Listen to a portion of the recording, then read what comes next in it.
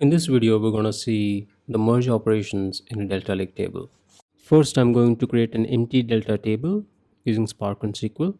This is my target table. Next, I'm going to read a new Delta Lake table, which is the source table.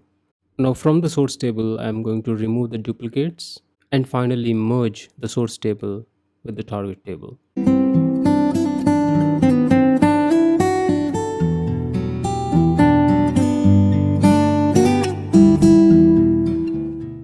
So I'm importing some libraries and creating a SparkSession object. Then I'm creating an empty Delta table, which is the target table. I'm using a SQL query here. I'll use create or replace table in the default database, and the name of the table is movie and show titles. I have some column names, show ID, type, title, and so on. So once my SQL query is completed, I'll write spark.sql SQL query to execute this. You could see it is getting executed. So we have the data frame.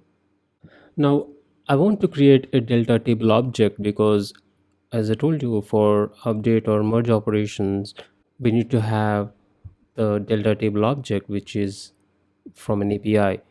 So I'll call that delta table object as delta table titles, delta table dot for path spark, and I give the path of the file.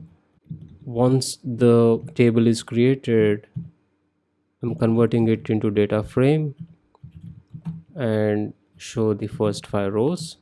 You could see it, and since the table is empty, we got an empty rows here. Next is I'm going to read a source delta table. I'm calling the data frame as df netflix spark.read.format delta and loading it by giving the path. Next, I'm removing the duplicates from the source delta table because Delta Lake employs something called optimistic concurrency control, or OCC, to protect the data quality and avoid clashes between simultaneous transactions.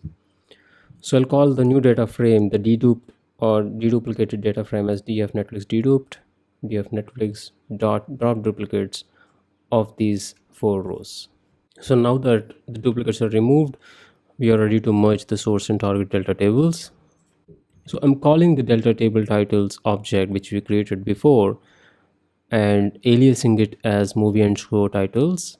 This I'm merging by using dot merge method. I'm merging Netflix dedupe data, and this also I'm aliasing as updates. Now I want to give some conditions for this.